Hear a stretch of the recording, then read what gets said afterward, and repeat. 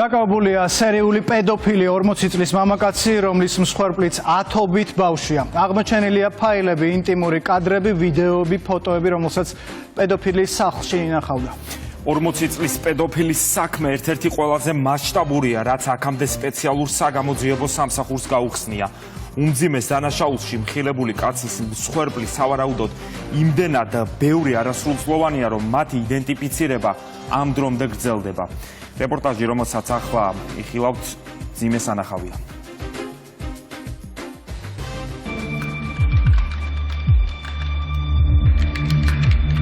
დიდი შეხედულება გაქვს, კერძიც გაქვს უკვე კარგად წამოზრდილი. აი მაგიტომ მეგონე ამხელა.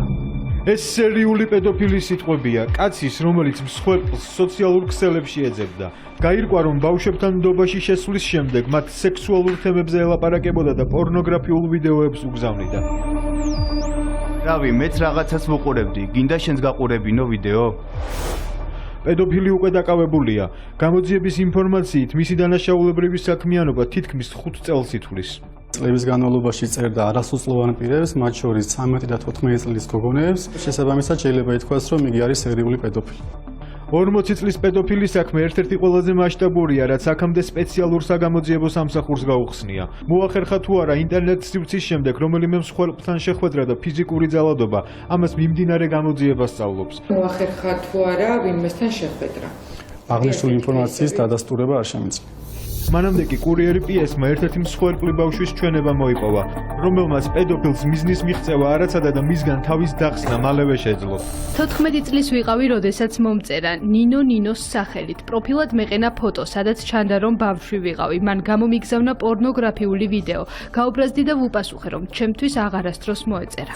ეს გოგონა დაზარალებულად უკვე სცნეს, ადვოკატის ინფორმაციით დაკავებული კაცის ქმედება ამ კონკრეტულ შემთხვევაში გარკვეულ ქმედებად შეფასდა. მას დაუკავშირდა ბრალდებული ყალბი პროფილით Facebook Messenger-ის აპლიკაციის მეშვეობით და მას გაუგზავნა ინტიმური შინაარსის მქონე ვიდეო ჩანაწერი. პორნოგრაფიული ინტიმური ხასიათის შინაარსის შემცველი. და ცხადია, სწორედ მორალური ზიანი, რაც განიცადა მან, ამ ფაქტზე არის დაწყებული გამოძიება და საქმეში არსებობს არაერთი სხვა დაზარალებული, გარდა იმ პირისა, რომელსაც მე ვიცავ.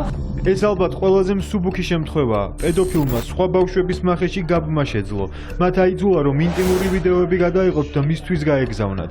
გამომძიებლებმა დაკავებულის სახლის და მანქანის შხრეკისას მოცულობითი ფაილები ამოიღეს.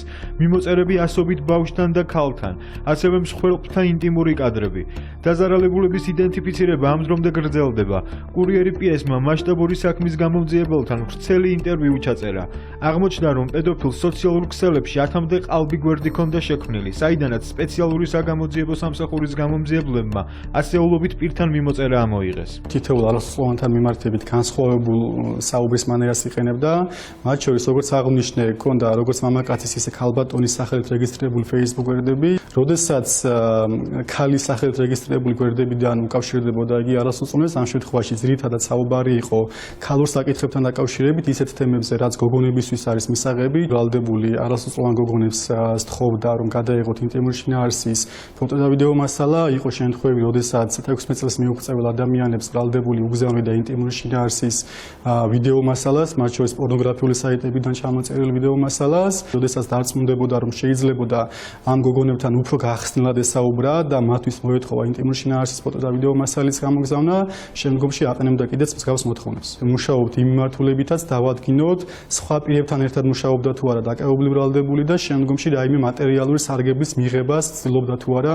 უკანონოდ მოპოვებული ფოტო და ვიდეო მასალის შესაძლო გავრცელებით. შესაძლებელია გამოძიების ფარგლებში დადგინდეს და იდენტიფიცირდეს ათეულობით დაზარალებული. სტატისტიკა მძიმეა. პედოფილებისთვის დანაშაულის მთავარი ლოკაცია სოციალური ქსელები გახდა. არასრულწლოვნებზე დაკარგული კონტროლი კი დანაშაულებრივი ქმედებების საფრთხეს კიდევ უფრო ზრდის. ექსპერტების რეკომენდაციით პრევენციისთვის ბავშვის ინფორმირება როგორც ოჯახის წევრებმა, ასევე სააღმზრდელო დაწესებულებებმა უნდა მოახდინონ. ბავშვი არის მიჯაჭვული, ტელეფონზე და აქვს წვდომა ინტერნეტ სივრცესთან, ძალიან რთული გასაკონტროლებელია და არა მხოლოდ მშობლებმა უნდა აკონტროლონ, არამედ ყველა იმ ადამიანმა, ვისაც და პროფესიონალმა, ვისაც ბავშვთან აქვს კონტაქტი. იგივე შეიძლება მოხდეს სკოლაში, იგივე შეიძლება დაუშვათ მოხდეს რაღაცა არაფორმალური განათლების პროცესში და ასე შემდეგ. ტექნიკურად უნდა რაღაცა გამოსავალი ნახონ ყველა იმ სტრუქტურებმა, რომელსაც ვალდებულება აქვთ პრევენციული ღონისძიებების გატარებისა და ამ თემაზე იმუშაოთ. რა თქმა უნდა, მშობლებმა თავისებურად გააკონტროლონ ბავშვის ინტერნეტ სივრცეში კონტაქტები. საინფორმაციო კამპანია სპეციალური საგამოძიებო სამსახური სკოლებში უკვე ატარებს. პრევენციული მიზნებით შეხვედრები 60-მდე სასწავლო დაწესებულებაში უკვე ჩატარდა. მსხვერპლ ბავშვებს და მათ ოჯახებს კი დანაშაულის შესახებ შეუძლიათ დარეკონ ცხელ ხაზზე. ან მიმართონ საქართველოს მასშტაბით საგამოძიებო სამსახურის ოფისებს. ჩვენი სამსახური თითოეულ შეტყობინებასთან დაკავშირებით დროის უმოკლეს ვადაში ახდენს შესაბამის რეაგირებას, იწყებს გამოძიებას, ატარებს ყველა შესაბამის საგამოძიებო და საპროცესო მოქმედებებს. აგრეთვე უნდა აღნიშნოს, რომ თითოეულ მსგავს შესაძლო დანაშაულებრივ ფაქტთან დაკავშირებით 100%-ით არის დაცული კონფიდენციალურობა. ჩვენ მოუწოდებთ თითოეულ ადამიანს, ვინც შესაძლებელია იყოს მსგავსი დანაშაულების მსხვერპლი, მომართოს ჩვენ სამსახურს და ჩვენი სამსახური გააკეთებს ყველაფერს მათი უფლებების დასაცავად. სერიული პედოფილის სახელით დაკავებულ 40 წლის კაცს ადვოკატი არ ჰყავს. უცნობია აღიარებს თუ არა დაკავებული უმძიმეს ბრალდებას. უკვე წარდგენილი გარყვნილი ქმედების ბრალის დამტკიცების შემთხვევაში მას 9 წლამდე პატიმრობა ემუქრება. თუმცა არ არის გამორიცხული გამოძიების ეტაპზე გაცილებით მძიმე დანაშაული გამოიკვეთოს და მას ბრალი კიდევ უფრო დაუმძიმდეს.